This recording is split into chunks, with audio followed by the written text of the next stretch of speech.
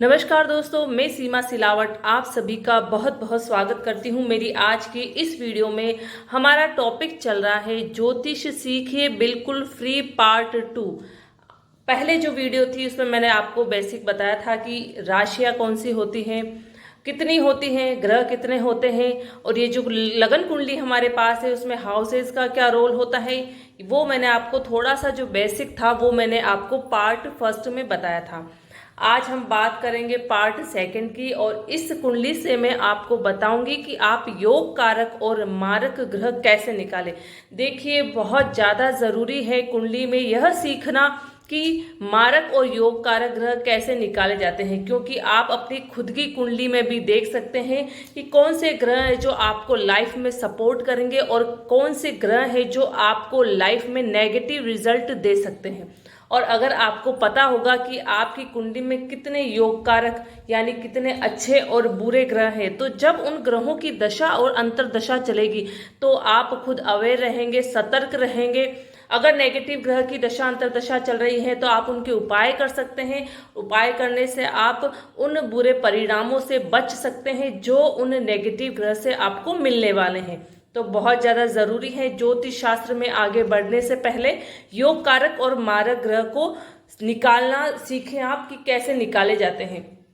और उसके लिए मैं आपको बहुत ज़्यादा इजी फॉर्मूला दे रही हूँ कि सबसे पहले हमको चार पांच जो पॉइंट हैं वो देखने हैं। अगर आप उन पॉइंट्स को ध्यान में रखेंगे तो आप किसी भी लगन कुंडली से योग कारक और मारक ग्रह निकालना सीख जाएंगे। देखिए दोस्तों, सबसे पहला अपना पॉइंट है कि राशियां कहाँ है। कोई भी कुंडली आपके पास है, आपको निकालना है योग कारक और मारक ग्रह। तो सबसे पहले आपको क्या देखना है, आपको देखना है कि राशियां कहाँ हैं।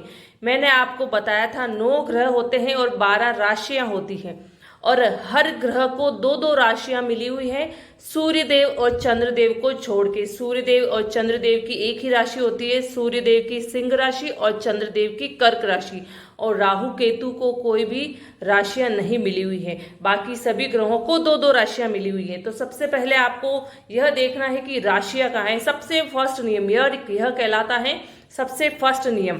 तो देखिए, यहाँ पर हमारे पास है धनु लग्न की कुंडली, क्योंकि 12 नंबर की है तो 12वें नंबर का जो 12 नंबर की जो राशि है वह है धनु लग्न की, और धनु लग्न के राशि स्वामी है बृहस्पति देव गुरुदेव। तो यहाँ पर देखिए धनु लग्न की हमारे पास कुंडली है। सबसे पहले आप क्या देखेंगे, धनु लग्न की हमारे पास 2 कुंडलियां हैं, 2 राशियां हैं, सॉरी, धनु की और एक मीन, बृहस्पति देव की 2 राशियां हो गई।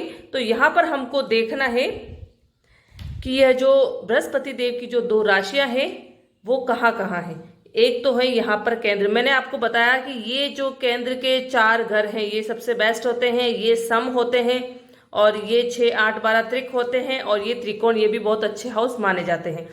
तो सबसे पहले हमको देखना है कि 2 राशियां कहाँ है, दोनों ही केंद्र में है। तो बहुत अच्छे यहाँ पर इनकी पोजीशन है, दोनों राशियों की, दोनों ही राशियां केंद्र में है।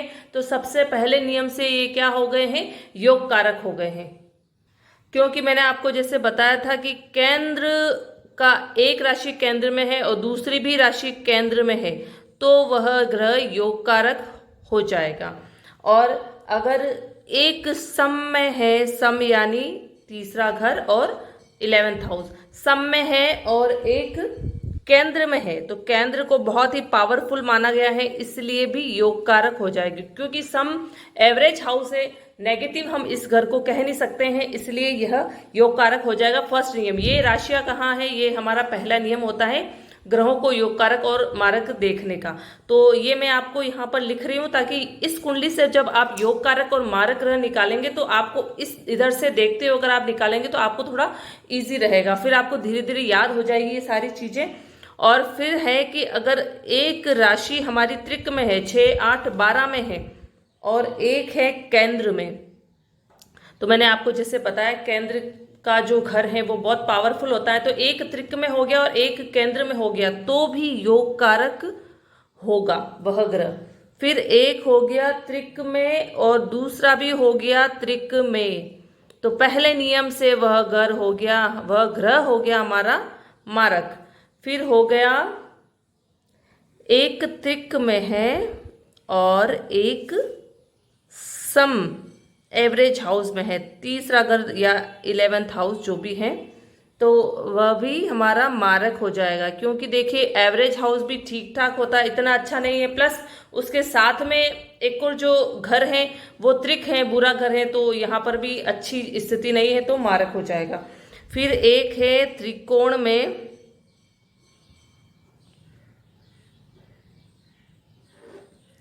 और एक है सम।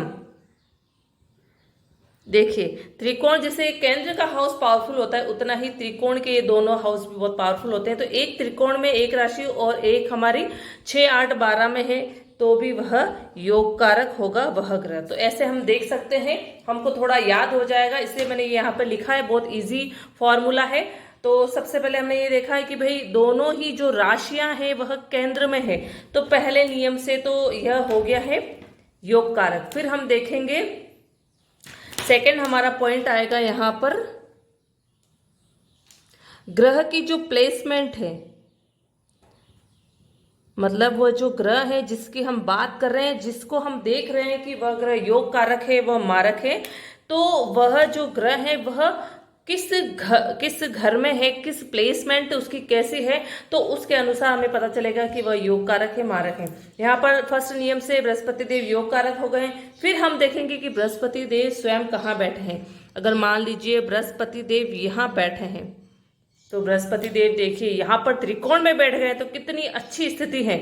यहाँ पर देखिए एक केंद्र का हाउस मिल गया है और प्लस एक मिल गया है त्रिकोण, तो दोनों ही हाउस पावरफुल मिल गए हैं।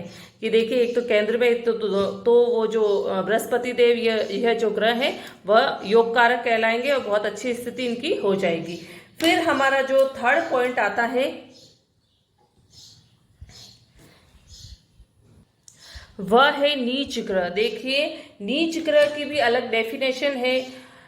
एक राशियां हैं निश्चित जिसमें कि ग्रह नीच के हो जाते हैं।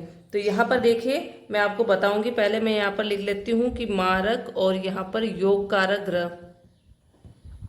तो देखिए यहाँ पर हमारे बृहस्पति देव हो गए हैं योग कारक, मैंने आपको बता दिया है कि कैसे हुए हैं। फिर मैं आपको यहाँ बताती हूँ कि नीच के जो ग्रह हैं,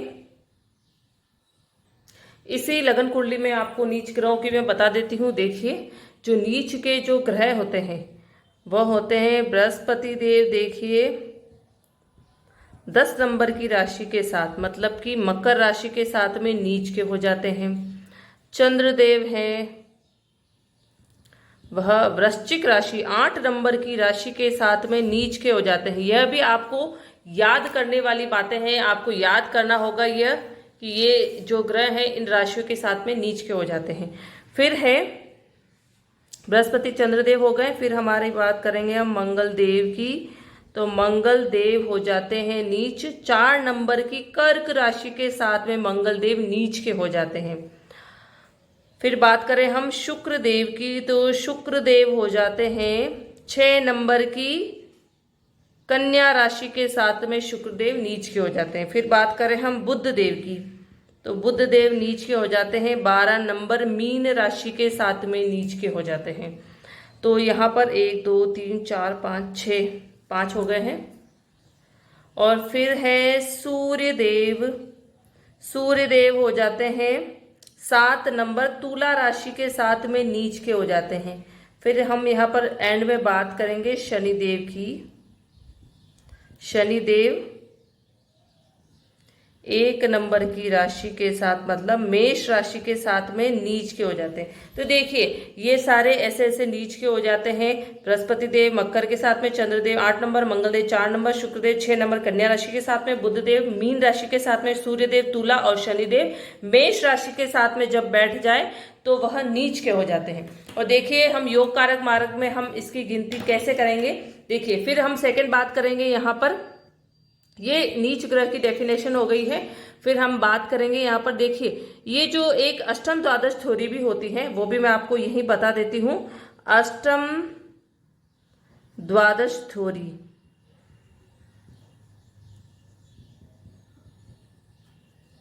ये जो अष्टम द्वादश थ्योरी होती है वो लागू होती है सेकंड हाउस में एंड 7th हाउस में ओनली 2 जो घर हैं, दूसरा घर, ये दूसरा घर है और ये है 7वां घर, इन 2 ही घरों में अष्टम द्वादश थ्योरी लगेगी, बाकी किसी में भी नहीं लगेगी। और आपको ये कैसे लगानी है, देखिए जो ग्रह होते हैं हमारे 9 ग्रह, उनकी भी 2 टीम होती है। एक तो होती है देवताओं की टीम, एक होती है दानव की टीम। देवताओं की टीम में कौन कौन आते हैं, सूर्य, चंद्र, बृहस्पति और मंगल देव। और दानवों की टीम में कौन आते हैं, शुक्र, शनि, राहु और केतु देव। तो यहाँ पर देखिए 4 और 4 8 हो गए। और 9वां ग्रह हमारा कौन सा हो गया, बीच का हमारा बुध देव। देखिए बुध देव की जो ये देखिए दानवों की जो टीम है वो पूरी देवताओं से इनकी शत्रुता रहती है, एनिमी रहते हैं। और देवताओं की जो टीम है वो दानवों की टीम से उनकी शत्रुता रहती है। तो ये दोनों एक दूसरे के एंटी हैं, ये दोनों। लेकिन ये जो बुध देव हैं ये बीच में है, ये इनके भी मित्र हैं, इनके भी मित्र हैं, ये एंटी नहीं है। तो ये देखिए दानवों की टीम से तो बुध देव की सभी दानवों के जो 4 दानव ग्रह हैं उनसे इनकी अति मित्रता है, शत्रुता नहीं है। लेकिन देवताओं की टीम में बुध देव सिर्फ सूर्य देव और बृहस्पति देव, इन 2 के ही मित्र हैं। बाकी बुध देव, चंद्र देव और मंगल देव के अति शत्रु हैं। तो यह जो थ्योरी है देवताओं की और दानवों की, और बीच में जो बुध देव है किससे इनकी शत्रुता मित्रता है, यह हमें समझना क्यों जरूरी है, क्योंकि यही थ्योरी अष्टम द्वादश थ्योरी में लगेगी, बाकी कहीं नहीं लगेगी। इसलिए इसको भी हमें समझना बहुत जरूरी है। तो देखिए लग्नेश हमारे हैं यहाँ पर बृहस्पति देव, क्योंकि मीन राशि, मीन लगन की कुंडली है और मीन लगन के राशि स्वामी है बृहस्पति देव, तो बृहस्पति लगन की कुंडली है। और फिर यहाँ पर दूसरे और 7वें घर में अष्टम द्वादश थ्योरी लगेगी, तो हमको यहाँ पर शत्रुता मित्रता के अनुसार निकालना है कि वह ग्रह योग कारक है या मारक है। क्योंकि यहाँ पर यह नियम नहीं लगेंगे कि राशियां कहाँ है, ये वो दूसरे और 7वें घर में यह लागू नहीं होगा नियम, क्योंकि अष्टम द्वादश थ्योरी लगेगी। अष्टम द्वादश थ्योरी की थोड़ी सी डेफिनेशन अलग है, थोड़ा सा उसका जो कॉन्सेप्ट है वो अलग है। तो यहाँ पर देखिए, यहाँ पर है 1 नंबर है मेष राशि मंगल देव। तो मंगल देव और ये है बृहस्पति देव की राशि, तो मंगल देव और बृहस्पति देव आपस में क्या है, शत्रु है या मित्र है। देखिए मंगल देव और बृहस्पति देव दोनों ही दानव टीम, देवताओं की टीम में है, और दोनों ही देवता आपस में अति मित्र हैं। तो यहाँ पर ये क्या हो गया है, मंगल देव यहाँ पर हो गए हैं योग कारक। फिर हम देखेंगे कि उसकी प्लेसमेंट कहाँ है वगैरह वगैरह, वो बाद में देखेंगे। लेकिन हमें अष्टम द्वादश थ्योरी में देखना है शत्रु और मित्रता। तो यहाँ पर देखिए मंगल देव यहाँ पर इनके बृहस्पति देव के अति मित्र हैं, तो फर्स्ट नियम से हो गए हैं ये योग कारक। फिर हम ग्रह की प्लेसमेंट देखेंगे। तो प्लेसमेंट कहाँ है, मान लीजिए मंगल देव यहाँ पर है, तो देखिए मंगल देव यहाँ पर है और मंगल देव की एक राशि यहाँ है और एक देखिए एक तो यहाँ है, तो अष्टम द्वादश थ्योरी के अनुसार मित्र हो गए। और एक जो घर मिला है मंगल देव को वो है त्रिकोण, तो बहुत अच्छा घर है। तो 2 पहले नियम से योग कारक हो गए। प्लेसमेंट भी अच्छी है यहाँ पर, और मंगल देव 10 नंबर के साथ उच्च के भी हो जाते हैं। देखिए बृहस्पति देव जैसे मकर राशि के साथ में 10 नंबर के साथ में नीच के हो जाते हैं, वैसे ही मंगल देव यहाँ पर उच्च के हो जाते हैं। तो यहाँ पर जो मंगल देव हैं हमारे वो योग कारक हो जाएंगे। फिर नेक्स्ट हम देखेंगे थर्ड हाउस में 2 नंबर की राशि है तुला, शुक्र देव की राशि है वृषभ राशि है, और वृषभ राशि शुक्रदेव की एक और राशि है तुला राशि। तो देखिए यहाँ पर एक ये है सम हाउस और ये है त्रिक हाउस, ये है त्रिकोण, ये है केंद्र, ये भी त्रिक है, ये भी त्रिक है। तो यहाँ पर देखिए एक सम हाउस मिला है और एक त्रिक मिला है तुला राशि, मतलब शुक्र देव की दोनों राशियां हैं यहाँ पर, एक सम में और एक त्रिक में। तो देखिए एक सम में है और एक त्रिक में है, तो इस हिसाब से क्या हो जाएगा, एक सम प्लस एक त्रिक में, तो मारक ही होंगे। क्यों, क्योंकि देखिए त्रिक तो अच्छा घर है ही नहीं और सम भी ठीक ठाक हाउस है। तो यहाँ पर पहले नियम से जो शुक्र देव हैं वह हो जाएंगे मारक। फिर हम शुक्रदेव की स्थिति देखेंगे, प्लेसमेंट देखेंगे। जो दूसरा पॉइंट है हमारा, शुक्रदेव कहाँ बैठे हैं। फिर मान लीजिए शुक्रदेव यहाँ बैठे हैं, लेकिन कोई मतलब नहीं है, क्योंकि पहले नियम से कोई भी ग्रह अगर मारक हो जाए, उनकी राशियां अच्छे हाउस में नहीं है, तो वह मारक ही रहेगा, वह योग कारक नहीं हो पाएगा। तो यहाँ पर शुक्रदेव हमारे मारक हो जाएंगे। फिर हम देखेंगे चौथे घर में है 3 नंबर की राशि, यह है मिथुन राशि, बुध देव की राशि। बुध देव की एक और राशि है कन्या राशि 6 नंबर की, वो यहाँ है। तो दोनों ही जो राशियां हैं वो केंद्र में है। तो पहले नियम से राशियां केंद्र में है तो बहुत अच्छी स्थिति, योग कारक है। फिर देखेंगे हम बुध देव की स्थिति। तो बुध देव मान लीजिए यहाँ बैठे हैं, तो बुध देव एवरेज हाउस में है, लेकिन पहले ही दोनों राशियां बहुत स्ट्रांग हाउस में है, तो बुध देव हमारे यहाँ पर योग कारक हो जाएंगे। फिर हम बात करेंगे नेक्स्ट हाउस की। इसमें है 4 नंबर की राशि, वो है कर्क राशि, चंद्रदेव की। चंद्रदेव की एक ही राशि है, तो हम एक ही हाउस से कंसिडर करेंगे उसको। तो ये देखिए त्रिकोण में है, त्रिकोण बहुत ही अच्छा हाउस है, बहुत पावरफुल घर है ये। तो यहाँ पर पहले नियम से चंद्रदेव हो गए हैं योग कारक। फिर हम देखेंगे कि चंद्रदेव बैठे कहाँ है। चंद्रदेव मान लीजिए त्रिक भाव में है, तो चंद्रदेव बुरे घर में बैठ गए। देख लिए राशियां अच्छे हाउस में है, लेकिन अगर प्लेसमेंट 6, 8, 12 में हो जाएगी या नीच का हो जाएगा वह ग्रह, तो वह मारक ही रहेगा, योग कारक कभी नहीं रहेगा।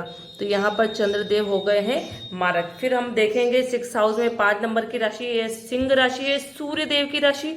सूर्यदेव को भी एक ही राशि मिली हुई है। तो यहाँ पर देखिए सूर्यदेव पहले नियम से, क्योंकि राशि त्रिक भाव में, तो पहले नियम से हो गए हैं मारक। फिर हम देखेंगे कि सूर्यदेव बैठे कहाँ हैं। मान लीजिए सूर्यदेव यहाँ बैठे हैं, तो यहाँ पर अच्छा अगर ये नहीं है तो सूर्यदेव हमारे मारक ही रहेंगे, योग कारक नहीं होंगे। फिर उसके बाद ये बुध देव हो गए, शुक्र हो गए, मंगल देव भी हो गए हैं, फिर बृहस्पति हो गए। फिर है हमारे 10 और 11, यह है सम हाउस, और ये देखिए त्रिक हाउस। सम प्लस त्रिक क्या हो गया, मारक। पहले नियम से राशियां कहाँ है।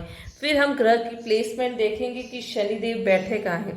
तो शनिदेव मान लीजिए यहाँ बैठे हैं, तो पहले नियम से मारक हैं, तो वह ग्रह कहीं भी बैठ जाए वह मारक ही रहेगा, योग कारक नहीं होगा। अगर उसका विपरीत राजयोग बनता है तो हो सकता है कि वह योग कारक हो जाए। विपरीत राजयोग के बारे में मैं आपको थोड़ा सा बाद में बताऊंगी, इस वीडियो में काफी लंबा हो जाएगा तो आप कंफ्यूज हो जाएंगे।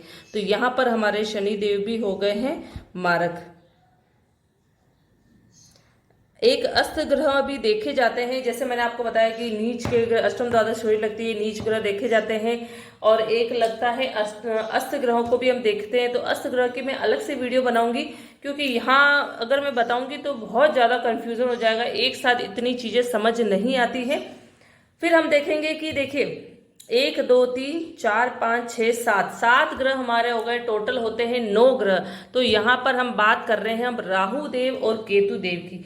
तो राहु देव और केतु देव, अगर हम इन दोनों ग्रहों को देखें तो इनका योग कारक और मारक ग्रह हम कैसे निकालेंगे, इनकी भी थोड़ी सी अलग थ्योरी है। देखिए राहु और केतु देव,